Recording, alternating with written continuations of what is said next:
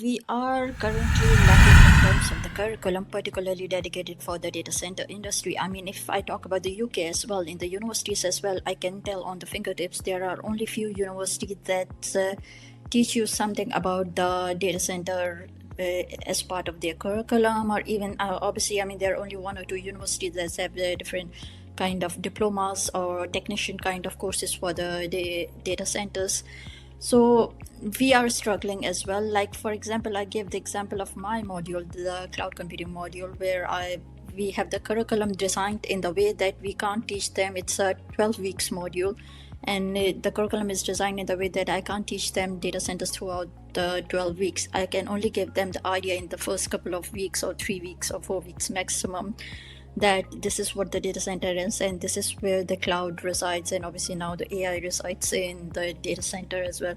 So even the, I mean, it's very difficult to give them the clear picture that why you are studying the data centers. Hi, this is Umaima Haider, senior lecturer from the University of East London, and you're watching the Data Center Go to Market podcast. Hi, it's Joshua Feinberg, host of the Data Center Go to Market podcast, and I'm thrilled to be welcoming a very special guest. Joining me today is Umaima Haider, who is a senior lecturer of computer science and digital technologies at the University of East London in the UK. Umaima, welcome to the podcast. Thank you so much, Joshua, for giving me this opportunity. Oh, I'm thrilled to be welcoming you here today. So I'm super curious. It looks like you've spent a significant amount of time in your career being able to influence the future talent who potentially would be joining digital infrastructure companies, data center companies, critical facilities companies. How did you end up in this place in your career? Was this something that you always thought about when you were younger? Did you always have a strong desire to teach and inspire the next generation, or were there some steps that happened in your career evolution that led you to this place? I stepped back. Basically, I gained the typical academic qualifications like every other people do for like Bachelor of Engineering in Computer Information System. Plus, then I did my master's in computer security, followed by my PhD in software engineering. Then I did my postdoc, which was an European funded project, and it was on about the energy efficiency in data centers. So that's where I fell into the data center industry, and when it is almost 10 years ago. And at that time, I realized that we need more talent to come in, and I wasn't aware of that. I mean, basically, I fell into the data center industry. Then I fell into the moving basically into the research side, mostly surrounding about the data center sustainability for a few years. Then I have worked in the industry as well for a good couple of years, where I noticed that the every industry is challenging about they have the challenge about the workforce development. They couldn't able to find the talent, and I mean, as we say, is that there are going to be a handful of the people who is going to be retired in the next couple of years, and then we are still lacking in terms of the shortage. So that's what motivated me to be, I mean, to bring more talents, to move into the academic and bring more talent into this industry. For example, I mean, at the moment, I also have various ambassador roles, such as I'm Nomad Futurist Ambassador, where main aim is to demystify the data center industry, particularly for young talent and particularly for the women. And obviously, I have other ambassador roles where my main objective is to promote women in tech. Then, from the last 4 years, I've taken over the full-time academic position as a senior lecturer at the University of East London, where I teach MSc Cloud Computing module. Even I led the program MSc Cloud Computing. And in that also I am leading the department's EDI and Ethnos One committee, where the main objective is to promote women in STEM and female and the staff as well at the University of East London.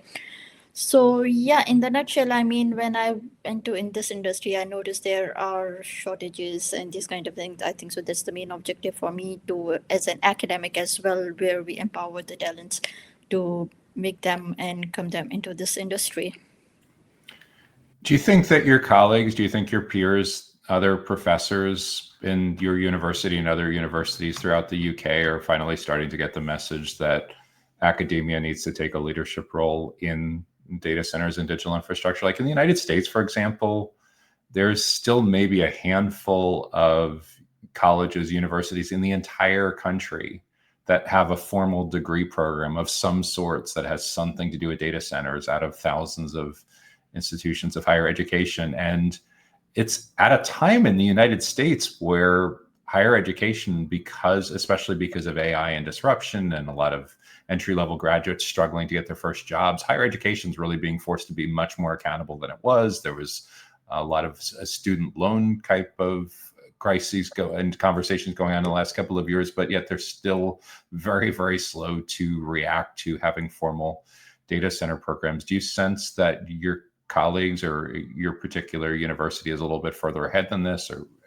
what do you make of the whole environment, both within the UK and globally, with of how colleges are reacting to this? Yes, I completely agree with you. I mean, we are currently lacking in terms of the curriculum, particularly dedicated for the data center industry. I mean, if I talk about the UK as well, in the universities as well, I can tell on the fingertips, there are only few universities that teach you something about the data center as part of their curriculum, or even obviously, I mean, there are only one or two universities that have different kind of diplomas or technician kind of courses for the data centers.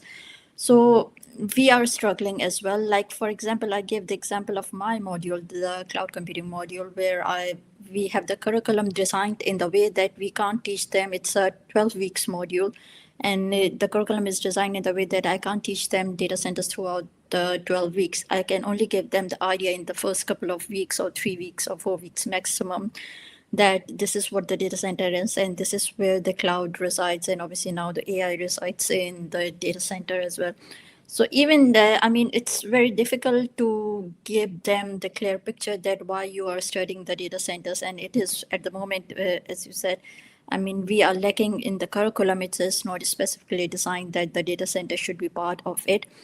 And obviously, I mean, to give the students awareness, I think so it's a lack of awareness as well in the industry, particularly for the young talent as well, because we teach them, but they don't know how in real life the data center works. So our university, I mean, it's a few years ago when I have taken this module, we particularly emphasize students not to learn about the data centers, but also to see how the data center operates, how to interact with the industries, to collaborate with the industries, and how they could get a career in the data centers, like, because they weren't sure what is exactly the data center is and how it really works and what kind of job roles that we can offer in the data center industry. So what we do every semester, we took students who are really good and who really want to be in this industry. We took them into the data centers for a tour, and obviously, you know, it's very difficult to arrange the tour as well, because not all the operators are, due to security and various other policies, I mean, allow the students to come through it. And obviously, if they allow, they only allow, I mean, just a dozen or 2 dozens of students as well. And we have around, in one academic year, we have around 1,000 students who just learn the cloud computing module.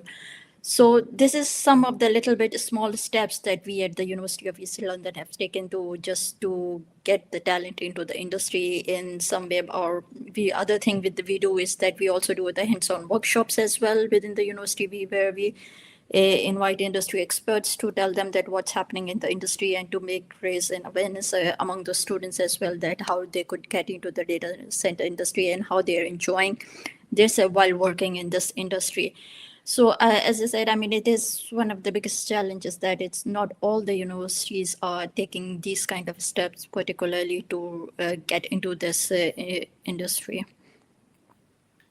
So let me just make sure I heard correctly. So you said about 4 weeks of the cloud course that you teach deals specifically with data centers, and that's the extent of data center training that's available at a major university? Yes, I mean, it is a Wow. 12-week 12 weeks. module, Yeah. and we have 1 day per week, the lecture, and the maximum I can stretch them to about the data centers at the start, it's up to 3 to 4 weeks. So I'm super curious, kind of observing this from some of the perspective of some of the major universities in the US. Cybersecurity seems to get a lot more respect and appreciation and places on college schedules and curriculum, both in higher education and in secondary education. You found the same thing, is that it's a lot easier for students to take courses with the word cybersecurity in them and actually have degrees and certificates, or is it similar scarcity? No, it's almost the same case. If I take the example of our university as well, we have lots of cybersecurity courses. We have different versions of cybersecurity, like cybersecurity diplomacy, cybersecurity engineering, forensic, digital forensic, IT, internet, and law, and these kind of modules we teach at the. Obviously, we have lots of variations in the cybersecurity and people focus, and we have dedicated centers as well. And it's throughout the UK almost the same case. Is that, as I said, my master's was in computer security and forensic risk management. So that's true. I mean, the people are going, we do have the dedicated kind of thing for the cybersecurity, but obviously we still lack in terms of making the people aware about the data centers.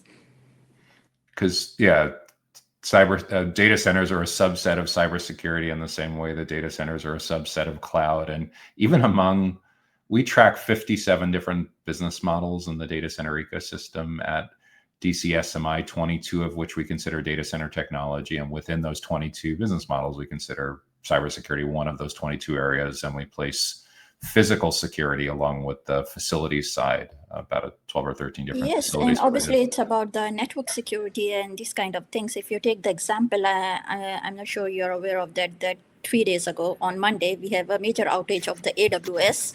Yeah. And, it is most likely they are saying that it's due to some issues in the DNS configuration servers.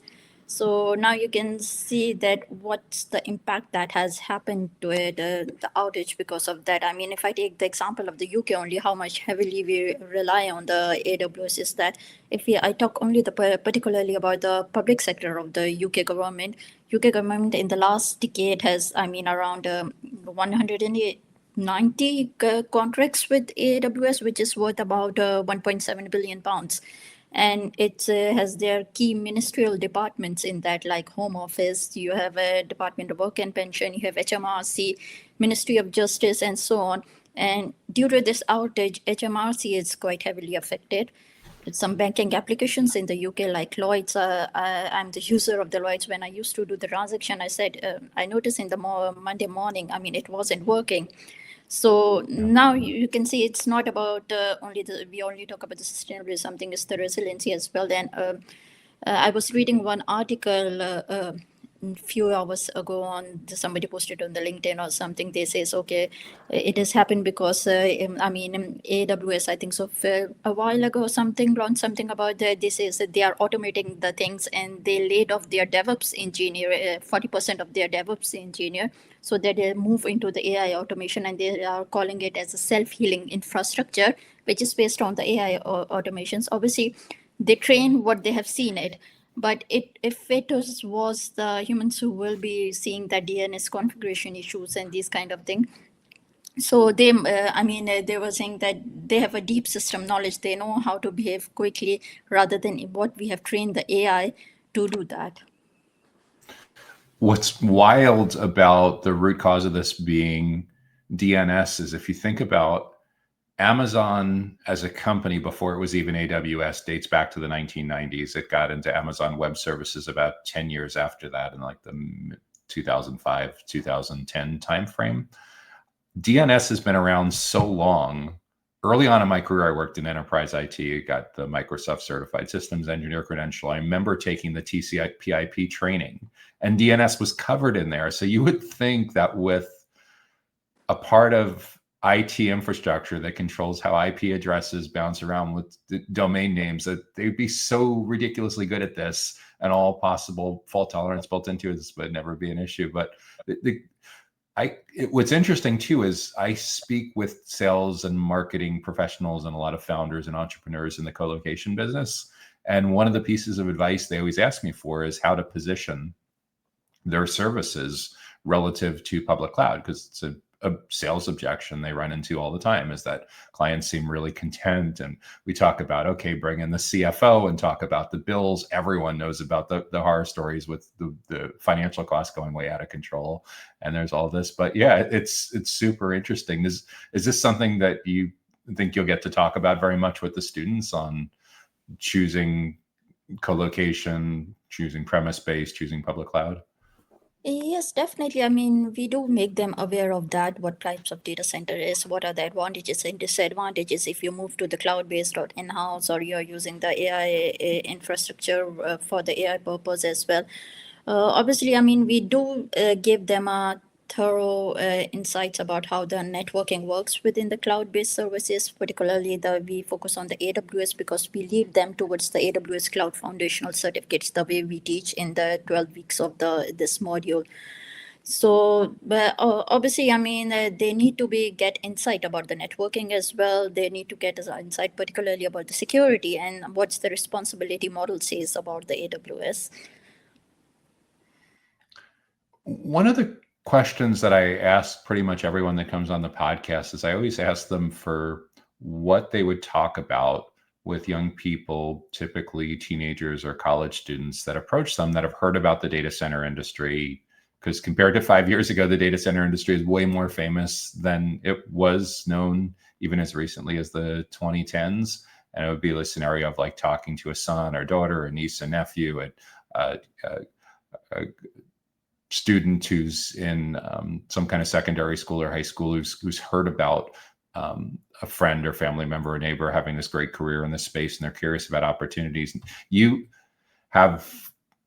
able to have these conversations potentially with hundreds or thousands of students over the course of a several year period. Like when people come to office hours or ask for your advice as a professional mentor, what do you advise those that they're taking computer science, maybe they're minoring in computer science, they have some interest in it, but you sense that they're interested in doing something more related to soft skills like project management, account management, product design, sales engineering? What do you talk about with those students about what they should be thinking about with careers?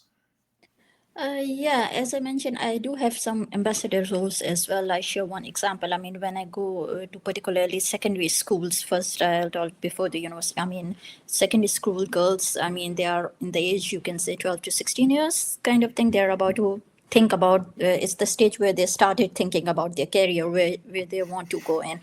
So even, I mean, as I shared the example, I mean, earlier this year, we went to one of the secondary school nearby our workplace, and it was the cohort of 300 students.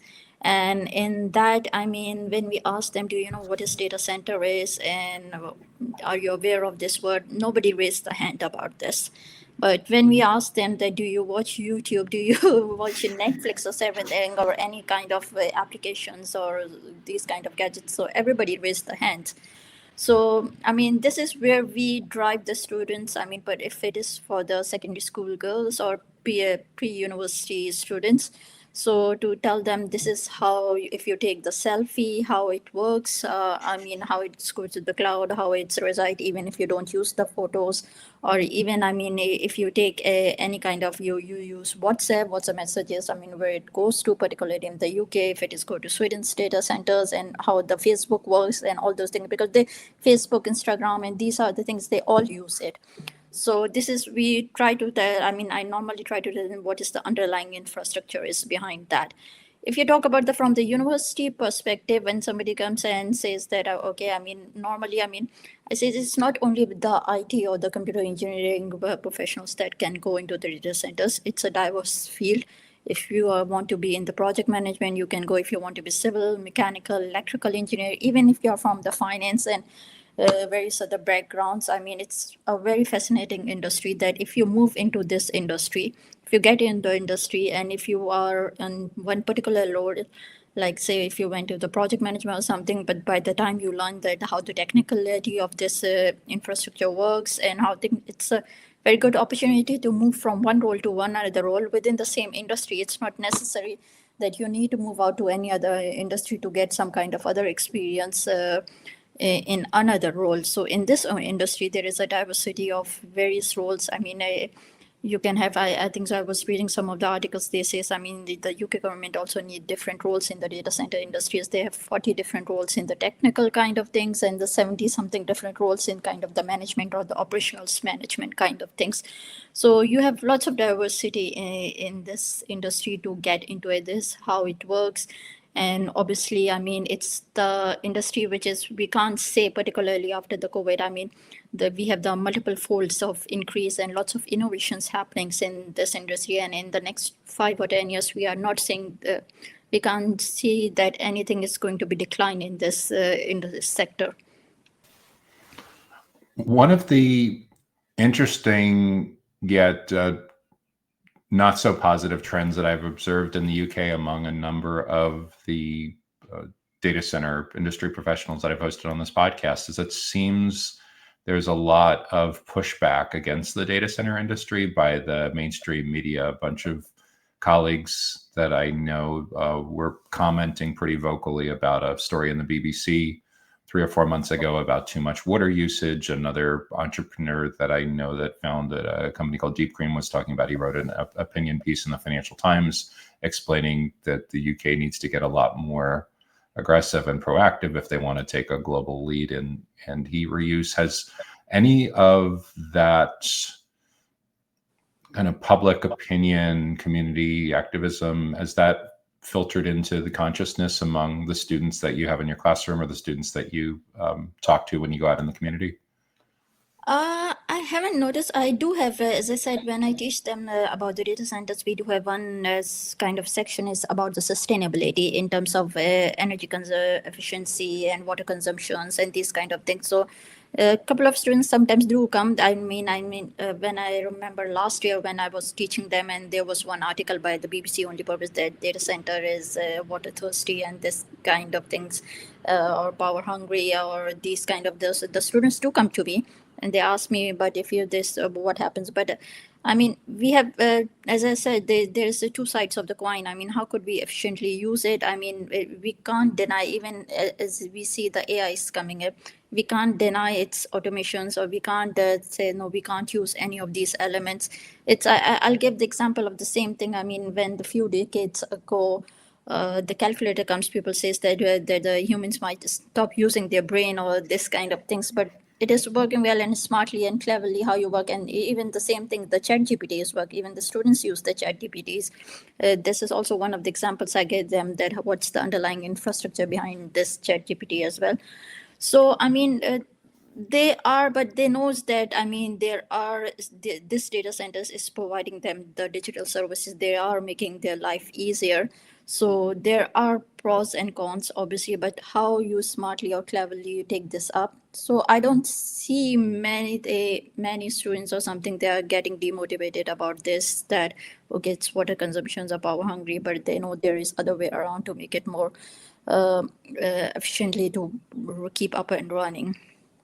Yeah, and it's a balancing act because on the one hand, probably a lot of students that are in secondary school are getting a lot of unsolicited advice from parents and relatives talking about these great career opportunities and high-paying jobs in the sector, and they're constantly turning on the news and seeing how well NVIDIA and Microsoft and all the big hyperscale companies are doing and continuing to scale. But yeah, it's I often wonder too, with influencing students, how early is too early. In the area of the United States that I live in, I start to see the school. There's a lot of career academies that start around 6th grade, meaning that in a lot of middle schools, what's sometimes known as junior high schools, students can choose to take a block of electives that's in IT or engineering or hospitality or healthcare. So like literally kids as young as like 8, 9, 10 years old are starting to actually choose. So there's that part of it. And then along the same lines, even before NVIDIA became a household name and OpenAI became a household name in the last 2, 3, 4 years, I think there was this battle going on campuses that working for like Meta or working for Amazon or Apple or Microsoft was considered cool, and working in a data center was not considered cool. So there was that whole like appealing professions, and yeah, there's all kinds of marketing undertones to like how to best position this. And I imagine that's a lot of what you do as an ambassador, is getting grassroots movement out in the community to help spread the word. Yeah, that's true. I mean, we also like, as in my ambassador role with the Nomad Features, we also designed some courses that is particularly targeting the kids from the age of 8 years up till 12 years. We have very basic courses in terms of the videos or something, 2, 3 minutes. So, and it's free to get that course, free to access that course to everybody, irrespective of you are in the US, UK, or everywhere. So just, I mean, that's what we motivate for, particularly the secondary school students, and obviously the 8, 9 years or 7, 8 years old kids as well, that how could they do this? I mean, how could they raise the awareness? I think so at the moment we are struggling in terms of the awareness, what the word terminology is data center means.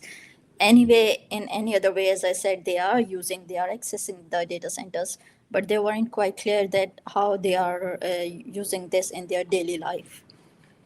I think part of the challenge too is it's business to business and it's an enterprise kind of decision as opposed to business to consumer. Early on in my career, my job actually all the way through college was working for IBM, evangelizing early generations PCs and Windows, and we worked really closely with Microsoft. And even though it was higher education and ed tech, it was very much a B2C message. We were selling discounted hardware and software to students and faculty and staff, and they were battling for market share against Apple. Apple ultimately won hands down in that space. Dell ended up being a solid second place in there. But over time, a lot of companies have recognized the value of outreach to professors, having special pricing for students to incentivize use, because they know a lot of the choices you make when you're a young adult often carry when you go into the workforce. I don't think it's totally clicked. And even among, at least in the US, Google did a fantastic job of getting adoption of the Google Classroom platform. So you have teachers from K to 12 organizing lesson plans and digitizing things that used to cause so much weight in kids' backpacks that they would have back sprain by the time they were teenagers. So yeah, there's definitely been a lot of inroads, but no one's quite taken the lead there. I wonder if a company like, if Microsoft wanted to, they would have done it already. NVIDIA, maybe. I don't know. It'd be interesting to see how this plays out in the coming years. Yes, I'm. The Data Center Go-to-Market podcast is sponsored by DCSMI, elevating the role of sales, marketing, and go-to-market GTM professionals in the growth of the data center industry.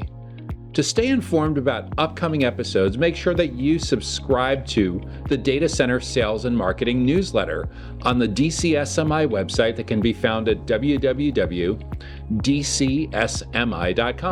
Again, that URL is www.dcsmi.com.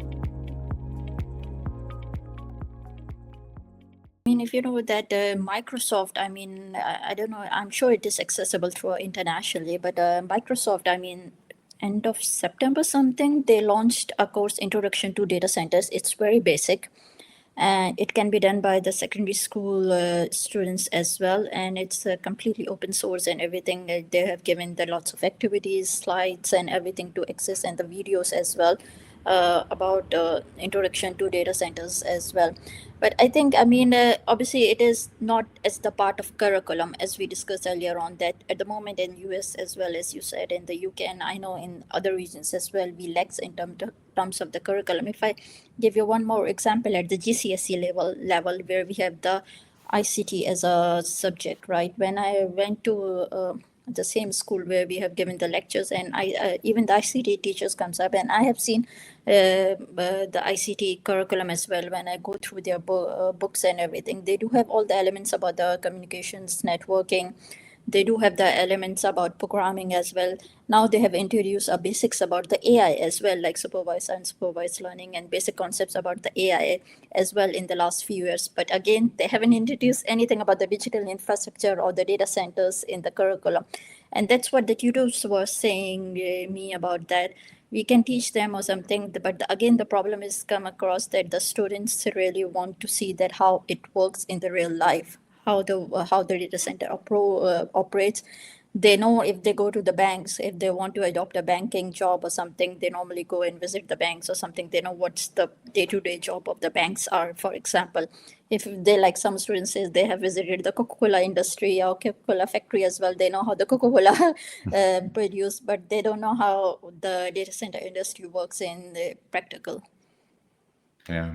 it seems like too, in a lot of, at least in the United States, a lot of school districts need a big push around a train the trainer initiative, where someone like yourself is spending some time over summer breaks for a week or two training hundreds or training thousands of teachers so they feel comfortable talking about these concepts. But all of these are financial issues, and they'll often get decided at local levels, and there's competing priorities. So yeah, there's got to be a bigger conversation about how to address this. And in the meantime, the grassroots efforts like Nomad Futurist are doing an admirable job.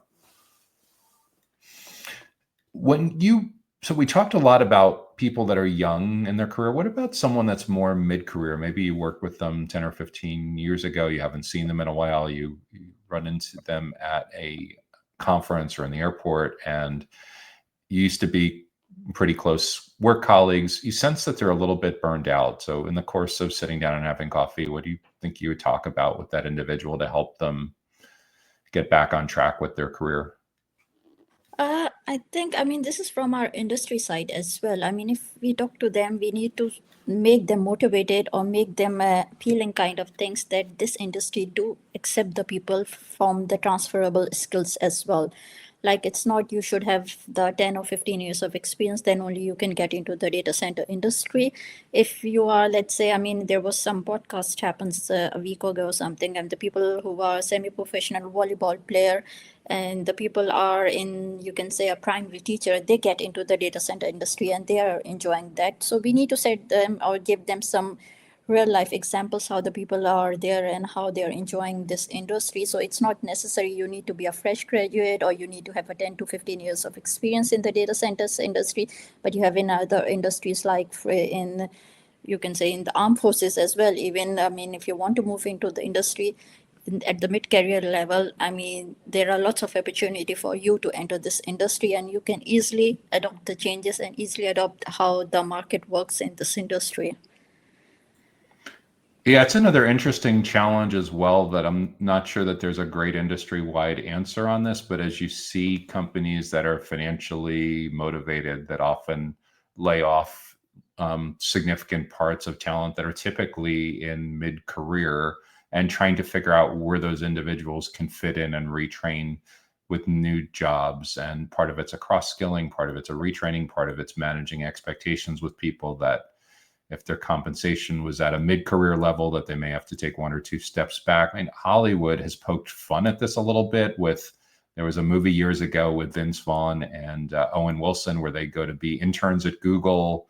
There was a movie years ago with Robert De Niro and Anne Hathaway where he's in his early 70s and he goes to take a job as an intern. So clearly there's awareness that some of these issues exist, but do you ever have any non-traditional students coming back through your classes, or do you see in any of the organizations you're involved in, do you see any of that coming up where people that are anyway from maybe mid-30s to 55, 65 years old that aren't quite ready to retire yet? They still have a lot that they want to contribute, but they're starting to hit a wall with their career progression.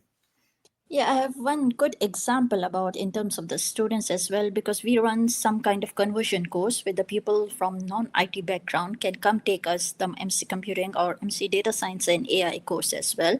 So we were having the guest lectures on the data center sustainability and how the data center works and how it's fitting into these new emerging technologies coming up.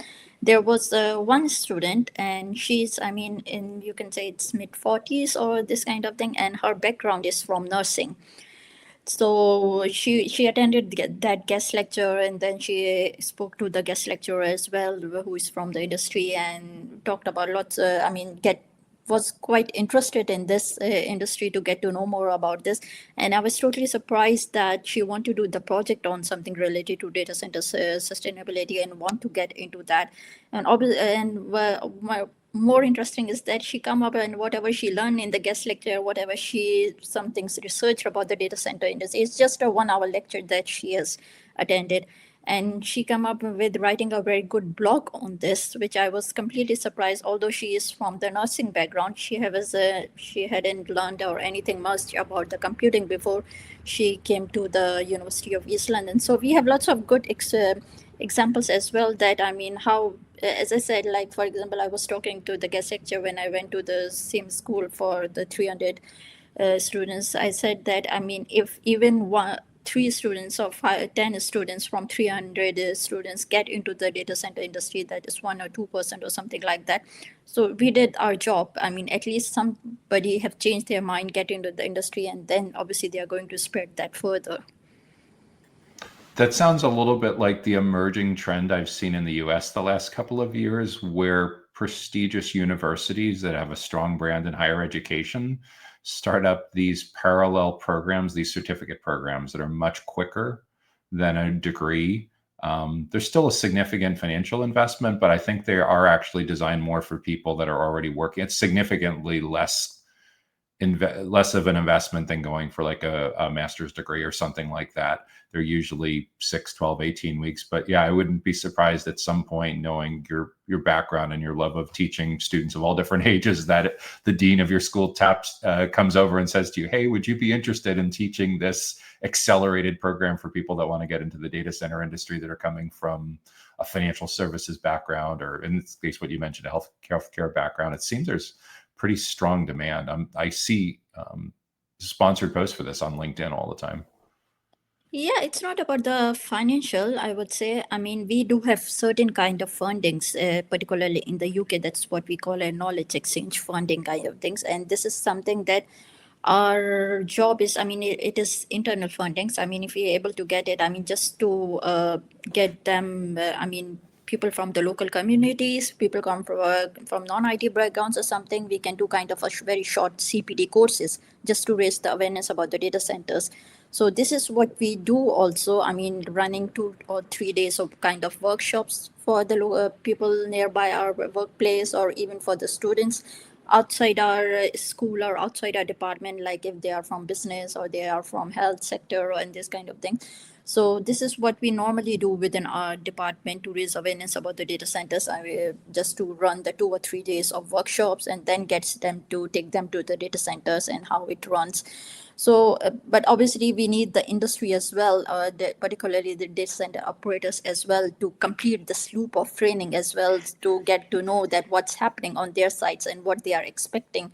So this is something, I mean, we also do in kind of, it's not running the 1-year course or 3-year course, bachelor's, master's, or even the diploma or the postgraduate diploma, whatever, say it, even it is for 6 months or this kind of things. But we do very short kind of CPT courses as well for 2 to 3 days as well, just to raise awareness about the data centers. It can be for the secondary school students, or it can be the people who are thinking to move their career into the data center industry. Yeah, you mentioned a key part of this as well is getting industry partners who are motivated first and foremost to let you bring tours of students through there, because that's a big piece of that. And second, have internship opportunities and entry level kinds of career opportunities. It's almost like there's so many people that go around in this industry are constantly talking about talent shortage. It's almost like you need an app that, if they work in the data centers or digital infrastructure and they mention the word talent shortage, that they automatically get added to a list or a LinkedIn group. And they're like, okay, you said talent shortage. Are you really serious about doing something instructive about it? Here's what we should do to partner. Yes, that's what I said. That as I said before, taking over the full-time academic position, I worked few years in the industry, and that's what my conception is, that there is shortage of talent. But when I moved to the academic, I said, okay, we have the talent. It's up to us how we nurture them, right? How to make the awareness, how to connect them. Because from my perspective, we have the supply from the university, or it can be the college graduates. And obviously, if you see from the perspective of the data center industry, we have the demand as well. So we have the supply, we have the demand, but it's about how we bridge the gap between the supply and them. The first option is to collaborate with the institutes, or collaborate with the industry and the academia needs to be collaborated to bridge this gap. And you talked about the internships, this thing. We also run the courses that is at the master's level, even for the bachelor's levels. We have the options that either students to teach, like, for example, if they want to enroll into MSc Cloud Computing, they can enroll in MSc Cloud Computing as well. But we have other variation as well, which we call it MSc Cloud Computing with industry placement. This is a 2-year course, and in that 2 years, students need to get into all the modules they need to learn in the first year. Then in the second year, 9 months, they have the time to do the placement, either in the industry or wherever they want. It's kind of internship. but it's not necessary that the industry need to pay them. Even, I mean, we have the talent that can go on the voluntary basis for the 6 to 9 months as being the student of the University of East London, and various other universities do this industry placement. So the industry can take them on the voluntary basis or something and train them. If they see that there is a potential, they can hire them, or at least the student the student get the awareness of the data center industry. And even most of the cases, I mean, the data center operators might be able to end up giving them the contract or some kind of other jobs in that industry. But it's for industry as well to test them that how they are working in this sector. Yeah, getting that real world experience is often really, really critical, because there's that catch-22 if they want entry level, but they want entry level with 2 years of experience. It's like, okay, pick one. do you want someone who's right out of school to fight her, or do you want the 2 years of experience? So yeah, the path that they're presumably promoting is they want to see increasingly more and more. I was very fortunate that I had a significant career experience while I was in school, but if I didn't, I don't know. Yeah, it's a different kind of scenario. When you look at what's going on in the UK data center industry, where do you feel is the biggest mistake that people are making at the intersection of both career and talent and sustainability? Is there a common thread that you see among those 2 or 3 areas? I think the first thing is obviously the awareness and the collaboration, as I repeat, is the same thing. And the other thing is about the retention as well. At the moment, we are struggling to retain the staff. The 44% of the data center operators says that they are struggling to retain the staff. And I think it's about you can say maybe about the upskilling, or maybe whatever the incentive they are giving, they are moving to some other industry as well. So I think it's all about that we need to collaborate at one platform, not it's in the competitions. Okay, this operator has this much of competition, the other has different competition. So we need to think about kind of a collaborative platform just to sync everybody at one page, so that they can address this kind of challenge. I mean, there should be some cross-cutting elements in that.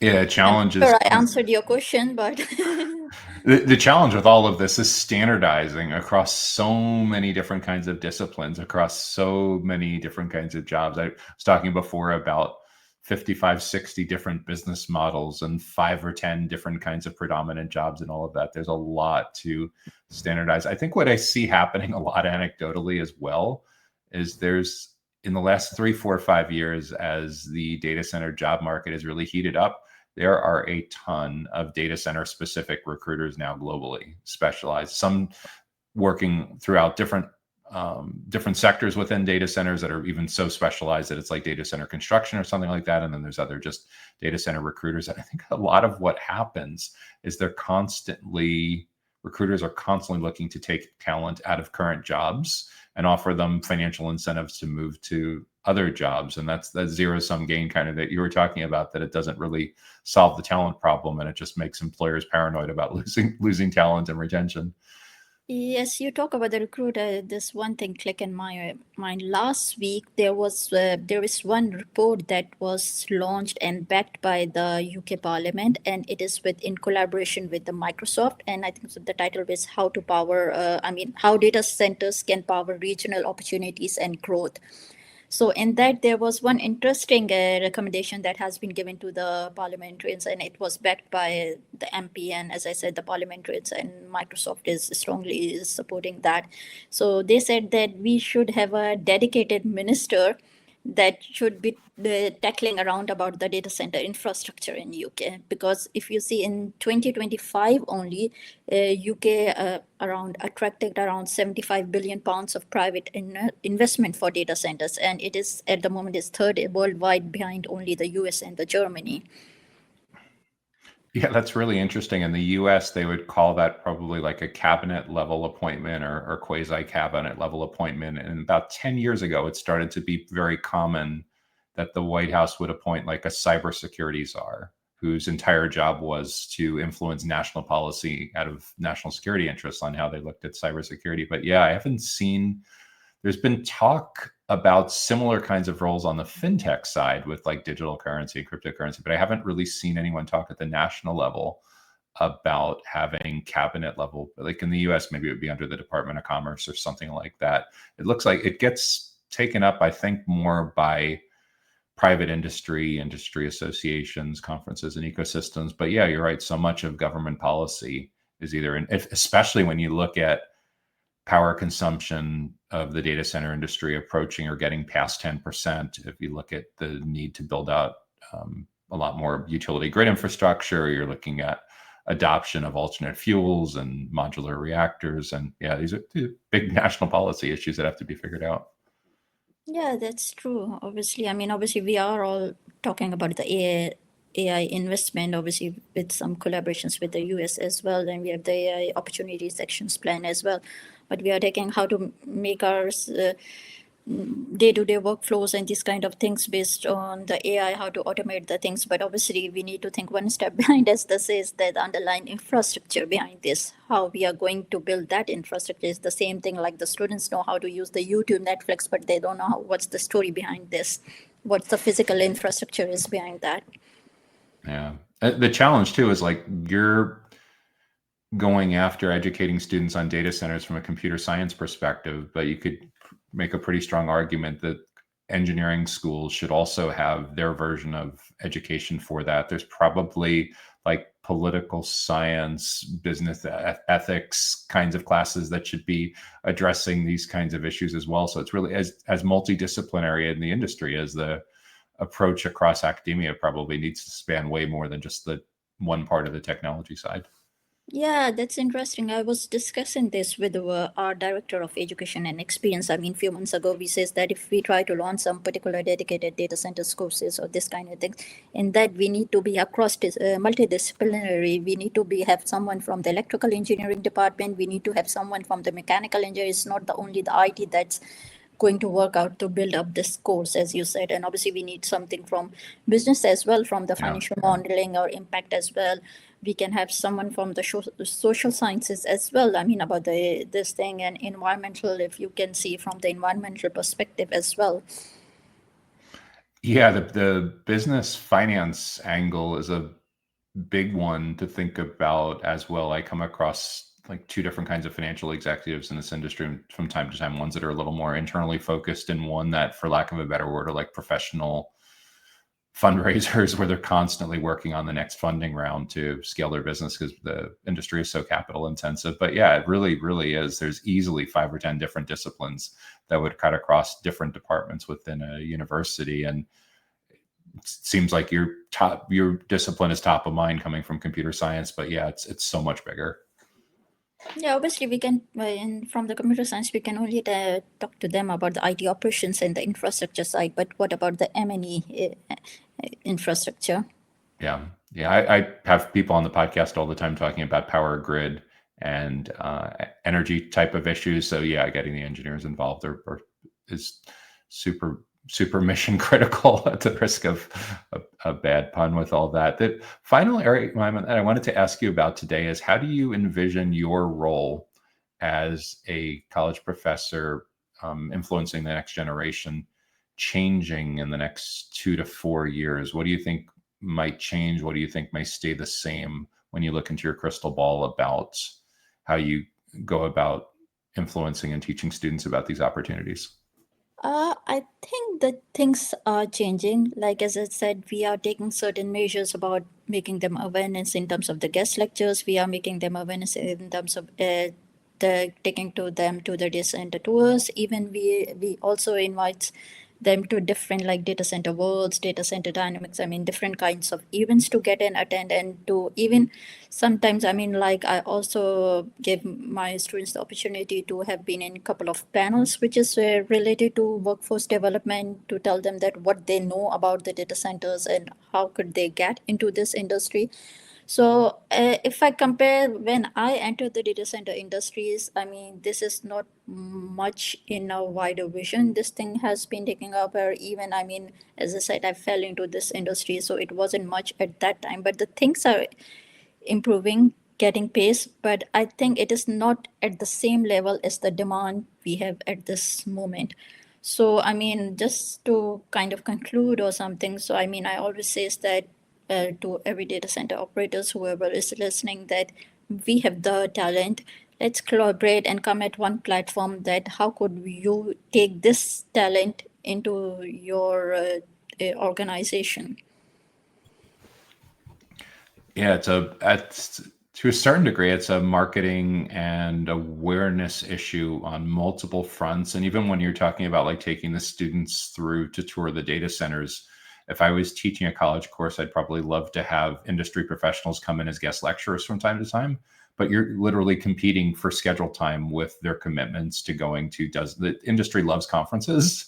So, like even getting people on schedule to come in and talk to students for 20 or 30 minutes about what it's like to work for a big colocation operator or to manage a data center for a big bank or something would be awesome. But yeah, it's the challenge of just getting the time on the schedule to make that happen.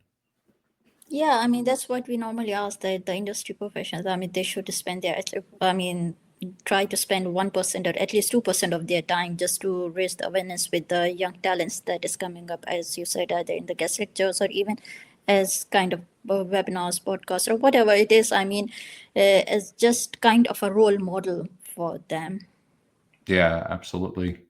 It's been really, really fascinating. I've had the opportunity to talk to some people on the podcast who are former professors that are acting more in a founder capacity role, but none that are really super active in teaching on a regular basis. So it's been really, really fascinating to get this perspective of what's working and what some of the challenges are and what you'd like to see happen to bring this awareness to the next level. If someone wants to follow what you're working on or reach out to you, is LinkedIn the best platform for that? Yes, the LinkedIn is the best platform to connect with me, or even if you type my name. I mean, we have the UL website on the profile as well, where you can see that what's happening at this front. And by all means, drop me an email. The email is also available on the UL website as well to get in touch with me. Cool. Yeah, I'll make sure to include your LinkedIn profile. I'll include the UEL LinkedIn company page and the UEL website as well for anyone that wants to follow through on this. But this has been really, really neat. I really enjoyed our talk today. I've been speaking with Umaima Haider, who is a senior instructor of computer science and digital technologies with the University of East London in the UK. Thanks so much for joining me, Umaima. Thank you so much, Yusho, for your time. Thank you. The Data Center Go-to-Market podcast is sponsored by DCSMI, elevating the role of sales, marketing, and go-to-market GTM professionals in the growth of the data center industry. To stay informed about upcoming episodes, make sure that you subscribe to the Data Center Sales and Marketing newsletter on the DCSMI website that can be found at www.dcsmi.com. Again, that URL is www.dcsmi.com.